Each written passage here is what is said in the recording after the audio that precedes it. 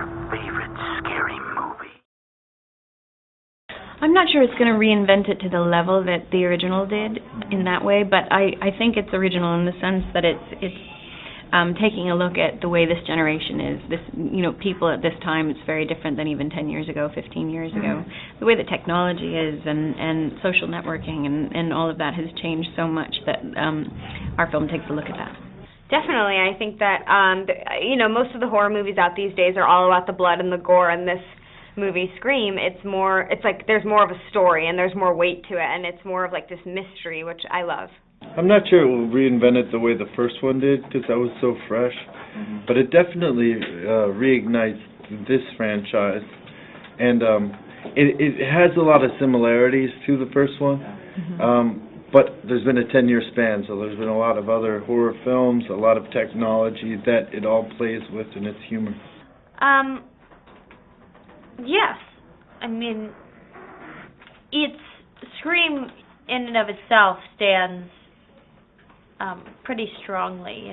It created a different kind of horror movie, and this Scream it's a new decade. It's new rules. It's new cliches. New rules to who dies first, who dies last, and all of the cliches that we've become so familiar with. It really uses. So it doesn't forget its history. It doesn't forget its past and where it comes from, and kind of uses it to its advantage. I think it's going to just, take all the horror that's come before and, have sex with it and just give birth to this new, glorious genre. This inglorious bastard. Yeah. I think it's going to reinvigorate it. Reinvent may be too strong of a word, but I think it's going to reinvigorate this whole genre.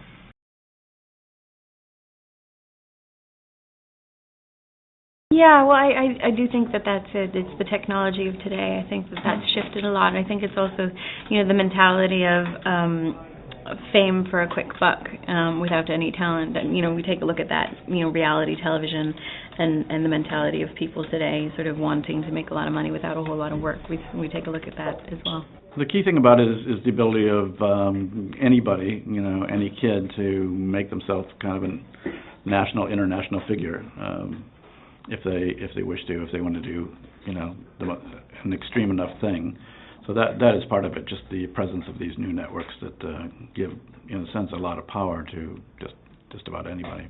It's now more up to date. There's now, people with I'm the wrong person to ask. Yeah, more Twitter, internet, it thing. uses that, downloading, video, and it also references a lot of the horror films that have come and gone in that period of time.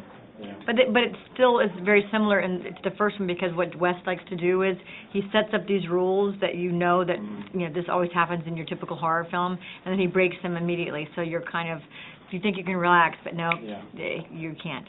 I think that this is such a amazing franchise, and Scream 4 is kind of giving it a reboot of we have all this new technology and pop culture and references that make this one current, and I think that it's going to be really fun for the old fans and the new fans to see that. It didn't have Adam and myself in it. That's it right there. That's the main difference. The main difference. It was obviously the other three were lacking something. This is not.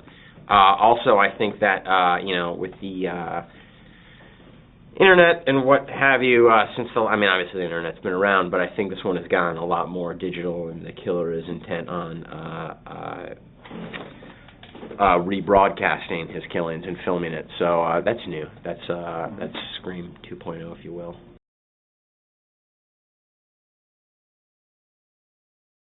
My favorite scene, I think, would still have to be Drew Barrymore in the opening sequence of the first film. I think it's really terrifying and really stunning, and probably one of the best openings in a film.